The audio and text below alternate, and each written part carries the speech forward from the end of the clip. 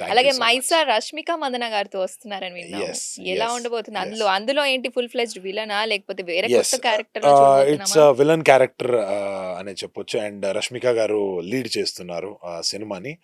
And ఒక మంచి strong villain character కావాల్సింది. అండ్ ఒక అడవిలో జరిగే ఒక కథ ఇది. ఓకే.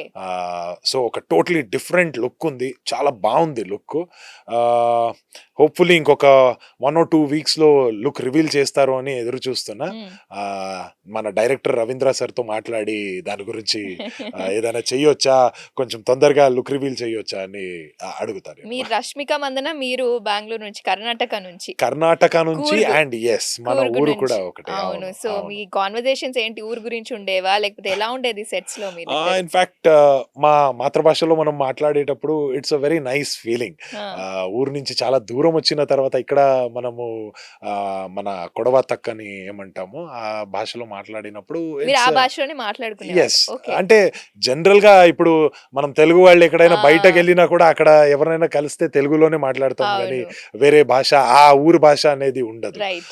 సో, మన ఊరు నుంచి వచ్చినప్పుడు ఆ భాష డైరెక్ట్‌గా వచ్చేస్తది హ్మ్. ఏమైనా హ్మ్. గూడా. హ్మ్. And it's a very nice thing. వాళ్ళు కూడా చాలా వార్మ్‌గా చాలా ఇన్‌ఫాక్ట్ రష్మిక గారి గురించి చెప్పాలంటే she is very nice and hmm. Welcoming person. వాళ్ళతో మాట్లాడినప్పుడు ఏదో ఒక పెద్ద లేడీ సూపర్ స్టార్‌తో మాట్లాడుతున్నాం అనే ఒక ఫీలింగ్ ఇవ్వరు. మీ ఊరు ఆహ్, నుంచి వచ్చిన అమ్మాయి పెద్ద నేననే స్టార్ కాదు, అయిపోయింది. నేననే కాదు హ్మ్. ఎవ్వరితో అయినా అంత బానే మాట్లాడతారు. హ్మ్. ఇన్‌ఫాక్ట్ వాళ్ళ స్టేటసు ఓకే. ఈళ్ళు మన స్టేటసు, ఈళ్ళు కింద అనే ఒక ఇది చూపించరు. హ్మ్. ఆ హ్మ్. విషయం నాకు చాలా నచ్చింది రష్మిక గారిలో. అవునా? అయితే ఎప్పుడు రాబోతుంది ఆ మూవీ? మరి కొన్ని ఇయర్స్, మంత్స్? కొంచెం కొంచెం టైం పడుతుంది. హ్మ్. రష్మిక గారు చాలా బిజీ ఉన్నారు వేరే వేరే సినిమాస్‌లో ఇప్పుడు. సో, హ్మ్. అదంతా చేసుకొని ఇక్కడ కూడా డేట్స్ ఇస్తూ మేనేజ్ చేస్తున్నారు. హ్మ్.